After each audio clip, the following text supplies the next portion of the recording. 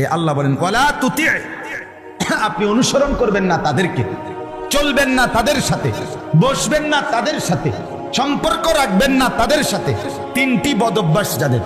এক, মান আগফালনা কলবাহু আন যিকরিনা, যার অন্তর আমি আল্লাহর জিকির, আমার স্মরণ থেকে খালি। 3 ঘন্টা যার লগে চলার পরেও একবার নাফরমানের জবান দিয়া আল্লাহর নাম বের হয় নাই, সুবহানাল্লাহ, আলহামদুলিল্লাহ, আল্লাহু আকবার, লা ইলাহা ইল্লাল্লাহ, এমন কিচ্ছু বাইর নাই। শুধু দুনিয়া, আল্লাহর নাম, নামাজের কথা, আখিরাতের কথা যার জবানে নাই, যার দিলে নাই, যার উচ্চারণে নাই, আল্লাহ বলে বন্ধু তার সাথে উঠবেন না, বসবেন না, চলবেন না, সম্পর্ক রাখবেন। নারে তাকবীর, নারে তাকবীর। জরুরি। আলেম ওলামা যেখানে, আলেম ওলামা যেখানে, কোরআন সুন্নাহ যেখানে, ইমানদাররা যেখানে, মুমিন, নারে তাকবীর। বুঝলেন মুমিন কার সাথে থাকে? এক নাম্বার, যার অন্তর আমার স্মরণ থেকে খায়। আরে তুই কি মানুষ রে বেটা, 3টা বাজে তার লগে বাইরিলা ছেলে, এই ছেলেরা, আরে একটা ছেলে হইলে একটা ছেলে বুঝো। তুমি যদি মার সন্তান হও, তুমি যদি মুসলমানের ঘরে জন্ম নিয়ে থাকো, তোমার বাবা মুসলমান, তোমার মা মুসলমান, একটা ছেলে আমার কথা শোনো, একজন 3টা বাজে বাইরিলাই ফুলাডির লগে রাতের 10টা পর্যন্ত আড্ডা দিলা, 7 ঘন্টা, একটা ছেলে তোমার একবার বললো না যে দোস্ত আসরের নামাজ পড়তি না, মাগরিবের নামাজ পড়তি না, এশার নামাজ পড়তি না? তুমি কোন দুঃখে এই ইবলিসের লগে চললা? এ তো শয়তান। কথা বলেন না কেন? এগুলো শয়তান না? তো কার লগে চললা? আপনারা ইবলিসরে দেখছেন নি? কেউ কেউ দেখছেন না? চান না চিন্তা করে দেখছেন নি কেউ আপনারা? আমি দেখছি, হ্যাঁ, আমি অহরহ দেখি, আমি নিয়মিত দেখি। আপনারা ইবলিস দেখেন নাই? আমি অনেক দেখছি। কোরআনে আল্লাহ বলছে ইবলিস ইন্নাশ শাইতান, মানুষের প্রকাশ্য শত্রু, আদুব্বুম মুবিন। এখন যে কোনো হুজুরে জিজ্ঞাসা নেই, কোরআনে আল্লাহ বারবার বলছে শয়তান কি শত্রু? প্রকাশ্য শত্রু। কি শত্রু কর না? তাহলে আল্লাহ বলতেছে শয়তান প্রকাশ্য শত্রু, তো আপনি দেখতেন না কেন? না দেখলে তো আপনি গোপনে কইলে, গোপন শত্রু কইতে হইলে। বুঝেন নাই আপনি কথাটা? হ্যাঁ, বুঝা গেল। প্রত্যেকটা গুনাহ যেখানে সোয়ার হয়, যার উর্ফে সওয়ার হয়, তেই শয়তান। আপনি শয়তান দেখতেন না কেন? বুঝো নাই? যে তোমার এই মোবাইলে উলঙ্গ ছবি দেখাইতে শুরু করছে, মনে করলে শয়তান দেখছো না? এই যাইতে আর এই তো শয়তান, এই তো শয়তান। যে মেয়ে বেপরদা নিজের শরীর দেখাইয়া হাঁটতেছে 8-7 কাপড় পরে, তুমি ইবলিস দেখছো না? এই যে হাঁটতে যাইতে শয়তান, এই যে যাইতেছে দেবুড়ি, তো আপনি চিনছেন না ইবলিস? এটাই তো ইবলিস। আল্লাহ তো বলছে প্রকাশ্য শত্রু। হ্যাঁ, গুনাহ যার উপরে ভর হয়। 2 নাম্বার, ওয়াত্তাবা হাওয়াহু, আল্লাহ বলে বন্ধু জীবনটা যার মনের ইচ্ছা মতো চালায়, কোরআন কোথায়, সুন্নাহ কোথায়, আল্লাহ কোথায়, ইসলাম কোথায়, আল্লাহর হুকুম কই, রাসূলের সুন্নাত কই, কিচ্ছুর কোনো খবর নাই, তার মনে যা চায় সেভাবেই চলে। আল্লাহ বলে বন্ধু এমন মানুষের সাথে বসবেন না। আমার মাদ্রাসার মধ্যে 85 জন ছাত্র হেফজখানায় পড়ে, শুধু হেফজখানা, মোট ছাত্র 400, আলহামদুলিল্লাহ। তো এরা রাত্রে 3:30 বাজে উঠে, রাত 3:30 বাজে এই মাসুম বাচ্চারা যখন উঠে আল্লাহর কোরআন নিয়ে পড়তে বসে, আপনি এটা একবার দেখলে না বুঝবেন ভালো মানুষ কারে কর। সাধুয়ানে কীর্তেন তোমার ভালো মানুষ, হ্যাঁ, বিড়িখানার ফাঁকি দিয়ে ভালো মানুষ টোয়ান কীর্তেন। রঙিন টেলিভিশনে রাক্ষসের মতো আগ করে টেলিভিশন চান, আপনি কীর্তেন ভালো মানুষ টোয়ান। আপনি কোথায় পা? ভালো মানুষ তো চা দোকানে থাকে না, ভালো মানুষ তো টেলিভিশনের আড্ডায় থাকে না, ভালো মানুষ তো বিড়ির আড্ডায় থাকে না। ভালো মানুষ যদি খোদার কসম না থাকতো, আল্লাহর জমিন চাঁদ উঠতো না, সূর্য উঠতো না। নেককারের জন্য আল্লাহ দুনিয়া সাজাইছে। সিটার বাটফার, বেঈমান, নাফরমান নেককারের উসিলা খাইয়া যায়। আরে বেটা, হাদিস রাসূলুল্লাহ সাল্লাল্লাহু আলাইহি ওয়াসাল্লামের জামানায় 2 জন সাহাবী, আরে 2 ভাই, আমি নিজে এই হাদিস পড়াইছি। 2 ভাই, আপন 2 ভাই, একজন কামাই রোজগারি করে, আরেকজন নবীর কাছে হাদিস শিখে, সারাক্ষণ নবীজির কাছে ইলম শিখে আর কি। তো ওই ভাই একদিন আইসা নবীজির কাছে বলছে, ইয়া রাসূলুল্লাহ, তে একটা কাম করে না, হাদিস এটা, একটা কাজও করে না, সারাক্ষণ আপনার কাছে এলেমের জন্য পড়ে থাকে, হ্যাঁ হাদিস শেখার জন্য। আমি একলা কষ্ট হয় আমার। আল্লাহ নবী সাল্লাল্লাহু আলাইহি সাল্লাম বলছেন লাআল্লাকা তুরজাকু বিহি, সাহাবী শুনো, ওই বেটারে কইছে বড় মিয়া রে, আল্লাহ পাক তার বরকতে তোমারে খাওয়ায়।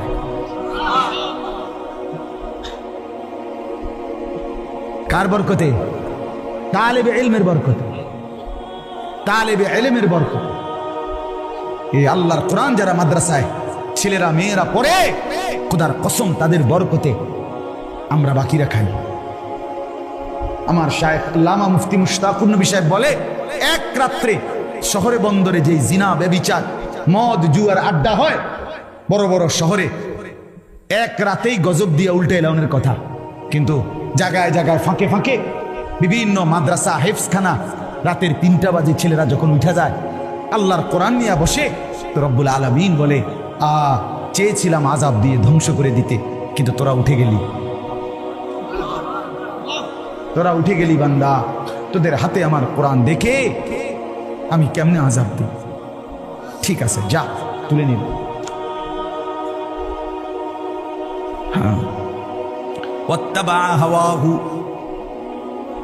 আল্লাহ বলেন মনের ইচ্ছা মতো যে চলে বন্ধু তার সঙ্গে বসবেন না। 3 নাম্বার ওয়া কানা আমরুহু ফুরুতা। রব্বুল আলামিন বলেন বন্ধু প্রতিটা গুনার কাজে যে সীমা লঙ্ঘন করে, এমন সীমা লঙ্ঘনকারী পাপীর সাথে আপনি বসবেন না। একটা তো হইল গুনাহ, কোনদিন ভিন নারী দেখে ফেলছেন, গুনাহ হয়েছে, তওবা করে নিছেন, আল্লাহ ভুল করে ফেলছি। আর একটা হলো আপনার জিন্দিগি টেলিভিশন দেখা, রেখে সীমা লঙ্ঘন না? একটা হলো গুনাহ হয়ে গেছে, মিছা কথা একবার কইয়া লাইছেন আপনি, মনের বেখেয়ালে কইয়া লাইছেন, আল্লাহ মাফ করে দেন, ভুল হয়েছে আর বলবো না। আর একটা হলো ওজনে কম দেওয়া, এটাই আপনার ব্যবসা, আপনার সিস্টেমে এটা, আপনি কাস্টমারের লগে কাঁচা মিছা কথা বলেন। আচ্ছা না এমন কথা বলেন? 30 বছর এই ঢাকাইতে এক তালে ব্যবসা করতে আছে, প্রতিদিন ওজনে কম দেয়। 3 নম্বর মালেরে 6 নম্বর মালেরে কয় 1 নম্বর, কয় যে এই জাফান থেকে আমরা বাড়ির উঠে হালাইছিল, এয়ারপোর্টও আইছে না, ডাইরেক্ট ইন্ডিয়া যাইতে সময় বিমান, জাপানের যাইতে সময় ইন্ডিয়া হালাই দিয়ে গেছে, ডাইরেক্ট জাপানি, মানে আমরা সালে ফুটছি না জাপান। এরকম মিথ্যু আছে কিনা বলেন না? এই কাঠটা হারাম হয়ে যাবে, এই ব্যবসাটা হারাম, মরা বাপের কসম, মানে জিডার সামনে পাইবো কাঠ, সার কাপ, নুনের বাড়ি, আমনের জিডার সামনে বিডার কসম। হ্যাঁ আপনি জানেন না, রাসূলুল্লাহ সাল্লাল্লাহু আলাইহি ওয়াসাল্লাম বলছে, হাদিসে আছে পৃথিবীতে সবচেয়ে বেশি কসম খায় কে? ব্যবসায়ীরা। এটা হাদিস, নবী বলছে যে সবচেয়ে বেশি কসম করে কে? ব্যবসায়ীরা। আর সবচেয়ে বেশি অভিশাপ দেয় কে? বেডিরা। হ্যাঁ এটা রাসূল বলছে, হাদিস, নবীজি বলছে সবচেয়ে বেশি অভিশাপ দেয় কে? একারে আফন ফুত, এ বডির ফুত, এতে হয়তো ফ্যাঁকের মধ্যে শরীরটা বড়াই লাইছে, এ তারে গজব দিয়ে লাইছে জায়গা, তোর রূপে খোদার গজব করুক, তুই এই মাত্র তোরে হাফ প্যান্টটা ফিন্দাই দিলাম, আয় হায় হায় মা তুমি কারে গজব দিলা, আর মারতো না কইয়া লাইছি। আপন স্বামী তে বেড়ারও অহরহ কি দেয়? গজব দেয়। আছে না এরকম মহিলা? আপন স্বামী, স্বামীরে কেমনে লানত দেয়, সন্তানকে কিভাবে লানত দেয়, স্বামীর মাকে কিভাবে অভিশাপ দেয়। তোমার শাশুড়ি হতে পারে অপছন্দ হয়েছে কোনো আচরণ, তাই বলে তোমার স্বামী সেই শাশুড়ি তোমারে না, শাশুড়ি তোমার স্বামীর তো মা, ঠিক কিনা বলেন না কেন? বেচারার জান্নাত তো তার মায়ের পায়ের নিচে, তুমি যে তারে সরাইয়া লাইলা, তুমি যে তারে আলগা করে লাইলা, এই বেচারা এই ছেলেটাকে, তোমার স্বামীটাকে তো তুমি চিরতরে জাহান্নামের দিকে টুকাই দিলে। তোমার একটু সুখের লাগিয়া তুমি স্বামী বেচারারে শেষ করে দিলা, ওই ছেলেটার জীবন শেষ করে দিলা। মার অভিশাপে, বাবার অভিশাপে সন্তান জাহান্নামী হবে না? কথা বলেন না কেন? তখন জাহান্নাম থেকে বাঁচাবে স্ত্রী। তো মার অভিশাপ যখন পড়বে তো স্ত্রী বাঁচাই দিবে না? বাবার অভিশাপ যখন পড়বে তো স্ত্রী বাঁচাই দিবে না? খেয়াল করে ছেলেরা বাবার বলেন, হ্যাঁ স্ত্রীকে স্ত্রীর হক দেন, স্ত্রীকে স্ত্রীর প্রাপ্য দেন, স্ত্রীর উপরে জুলুম করবেন না। স্ত্রী জীবনের সঙ্গী, ভালোবাসার সঙ্গী, দয়া মায়ার সঙ্গী। স্ত্রী সে আপন, সে কলিজার টুকরাই, সে ভালোবাসার প্রিয়জন, সব ঠিক আছে, সব ঠিক আছে। স্ত্রীকে সর্বোচ্চ ভালোবাসা এটা কোনো গুনাহ না, কারণ এটা হালাল। কথা বলেন না কেন? কিন্তু তাই বলে মার উপরে জুলুম না, এটা না। বাবার উপরে জুলুম করে না, না। স্ত্রীর হক স্ত্রীকে, মার হক মাকে। আহা, কত পরিমাণ আজকে সন্তান 6 মাস লাগে না, মা বাপ থেকে সন্তান স্ত্রীর প্ররোচনায় আলাদা আলাদা আলাদা। মা বোঝেন তো, সে তো আগে পড়ালেখা করছে, কাম কাজ শিখছে না, রান্তারে না, এত বড় সংসার বোঝেন তো মা। আমি আপনাকে ওদিকে খেয়াল রাখবো মা। হ্যাঁ, নিক গাই শহরে কি সুন্দর আলা, কি সিহন কথা কইলেন আপনি। আপনি শুধু ভাত খান, আপনার মা চিরা খাইয়া বড় হয়েছে। আপনি কার কলিজার মধ্যে দাগ দিয়ে গেলেন, আপনি খবর নাই না? সুখ ঠিক আছে, দুনিয়া আর কি, আখেরাত। অতএব কথা শেষ। পরের আয়াতের মধ্যে ওয়াকুলিল হাক্কু মির রাব্বিকুম, আল্লাহ বলে বন্ধু আমার পক্ষ থেকে সত্য কথা আমি বলে দিলাম। ফামান শাআ ফালইউমিন ওয়া মান শাআ ফালইয়াকফুর, যার ইচ্ছা ঈমান আনুক, যার ইচ্ছা কুফরি করুক। মনে রাখবেন, ইন্না আ'তাদনা লিয-যালিমিনা নারান আহাতা বিহিম সুরাদিকুহা, আমি সমস্ত পাপী নাফরমানের জন্য এমন জাহান্নামের আগুন রেডি করছি, যে আগুন মাঝখানেও আগুন, চতুর্দিকের বেষ্টনীর মধ্যেও আগুন।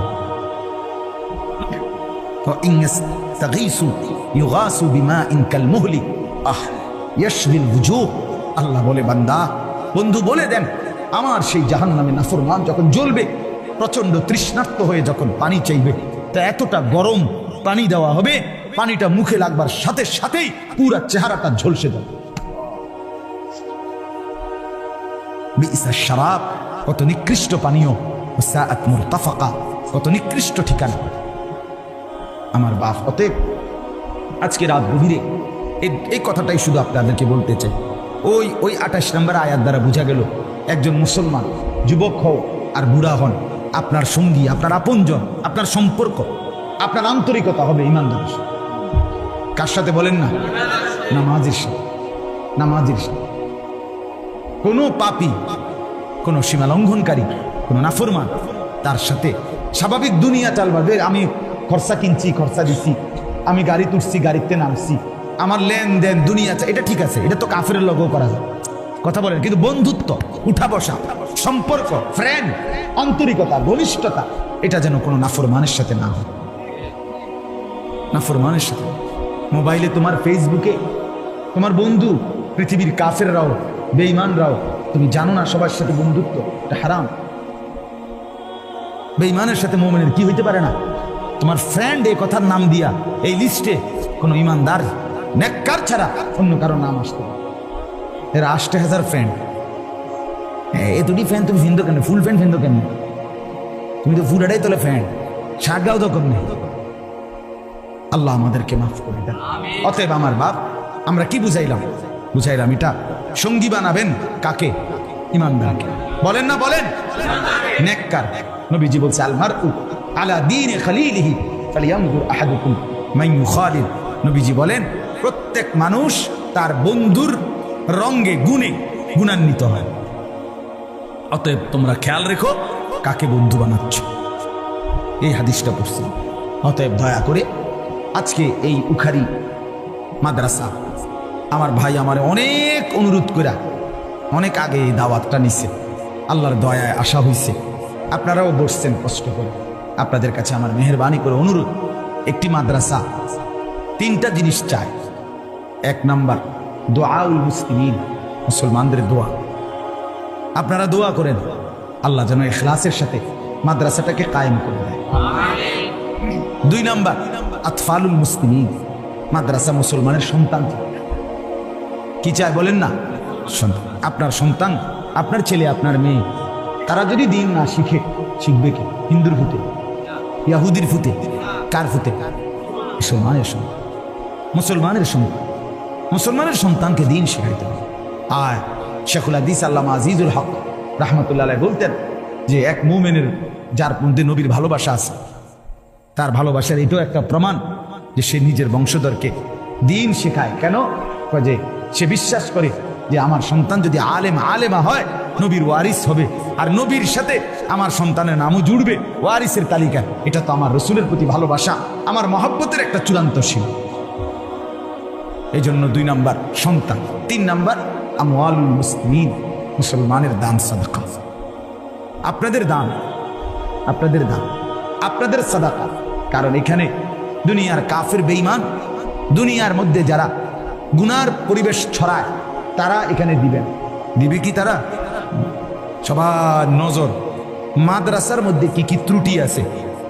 এক সুতা চুনের থেকে পান খুসলে, পানের থেকে চুন খুসলে 1000 ক্যামেরা রেডি।